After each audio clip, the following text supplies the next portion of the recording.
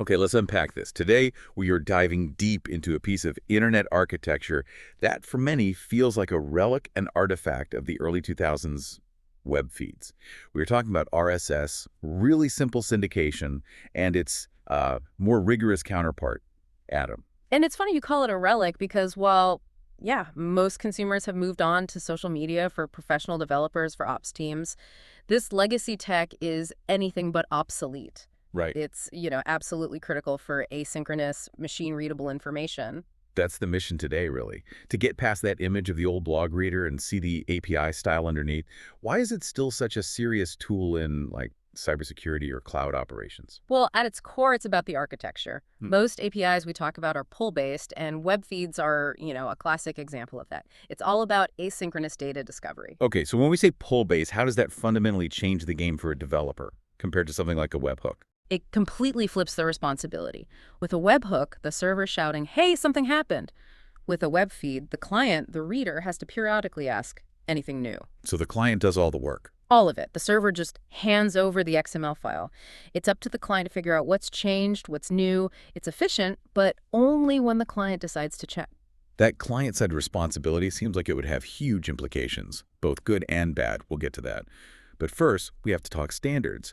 Because the reason Atom even exists is because RSS created, well, a bit of chaos. A lot of chaos. It started with Netscape back in 1999. It's an XML format, and today we mostly think of RSS 2.0. The structure itself is pretty straightforward. Walk us through that. What are the absolute must-have elements? Okay, so you have the roots tag, simple enough. Inside that, one channel element, that's the metadata for the whole feed. It needs a title, a description, and a link. And the actual content. That's in the item elements. You can have many of them. Each one needs its own title, description, and a link pointing to the full story or page. It seems clean.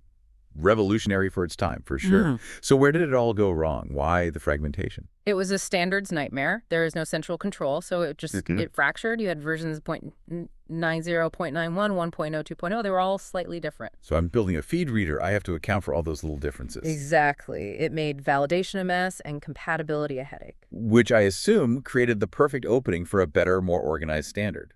Enter Atom. Precisely. Atom wasn't just another version. It was a community-led project to fix what was broken with RSS. And crucially, it was standardized by the IETF in 2005, RFC 4287. That gave it real weight, an official seal of approval. So what were the key technical advantages? What made it so much better for serious professional use? I'd say three main things. First, metadata. It's standardized how you could extend it with namespaces, so you could add custom data without breaking everything. Okay. Second, and this is huge for global applications, it mandated strong Unicode support. RSS could be a real problem with anything outside of, basic Latin characters. Right. If you're a news agency in Tokyo or Cairo, that's a non-starter. Absolutely. And the third thing was its rigor, especially around dates and structure. Atom requires an id, a title, and an updated tag for the feed and for every single entry. And that date format is strict RFC 3339. Why is that specific format, the whole YYYMMDDTHHMSSZ thing, so important for this kind of API? Because the client is polling. It needs a foolproof way to know what's new. With that strict format, the client can just do a simple text comparison. It doesn't need a complex date parsing library. It makes the client-side logic way more efficient. Now, you mentioned Atom is more than just the format. There's AtomPub, the Atom Publishing Protocol. How does that fit in? That's the modularity I was talking about. The format is for reading the feed. AtomPub is the HTTP protocol for writing to it. The real insight is that an Atom entry element can be taken out of the feed, wrapped in an HTTP POST request, and used to create a new resource. So the feed format itself becomes a kind of universal data model. Exactly. And when you're embedding complex stuff like HTML inside that XML, you'll see developers use CData blocks. Right, to stop the parser from getting confused by all the angle brackets in the HTML. Yep, CData just tells the parser, hey, ignore everything in here, it's just text. It saves you from having to escape every single special character, a huge time saver. Okay, here's where it gets really interesting for our audience. Let's move from the standards to the high-value use cases today.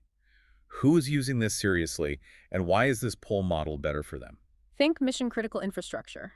Cloud vendors, AWS, Azure, Google Cloud, they all use feeds to broadcast status changes, new features, and most importantly, outages. Why a feed, though? Why not just a regular API call or some proprietary system? Reliability and decentralization.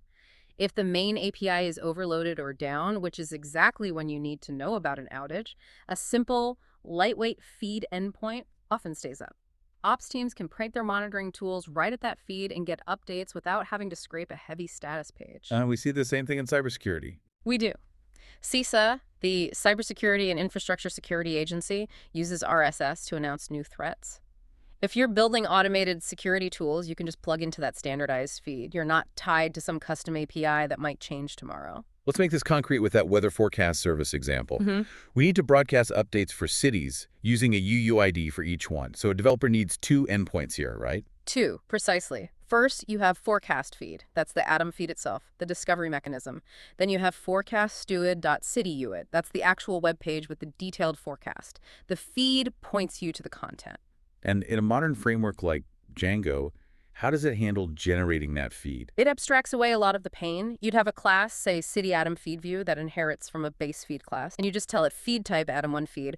That one line ensures you're generating a valid IETF compliant document, not some weird RSS variant. And where does the architectural elegance of this poll model really shine? It's in the item link method. The items method just gets the list of cities. But item link is what builds the URL for each entry in the feed. It uses the framework's reverse function. That's the key part. It's not hard-coding a URL. It's dynamically looking up the correct path based on the city's unique ID. Exactly. So the feed manifest is completely decoupled from the URL structure. The feed is just a tiny, lightweight XML file that acts as a catalog, pointing clients to the right place. Super efficient. And for professionals to actually consume all this, they're using aggregators like Feedly, or for power users, command line tools like Newsboat. Right. You aggregate hundreds of these feeds into one place. It's how you manage the information overload and consume it without all the noise of a platform's UI. Which leads us right to the trade-offs. The risks. Let's start with security. What happens when these feeds aren't public? Authentication becomes a problem, and the sources are very clear. Avoid basic authentication. Why? I mean, developers use basic auth all the time. What's so bad about it here? Because feeds are pulled constantly, every 10 minutes, every hour. And with basic auth, you're sending the user static, long-lived credentials in the header of every single one of those requests. The risk of exposure is just continuous and massive. So you'd use a token-based system instead, but that has its own issues. It does. Tokens need to be regenerated frequently, which adds a whole layer of complexity to the client that's consuming the feed. And beyond authentication, you've got this public GET endpoint.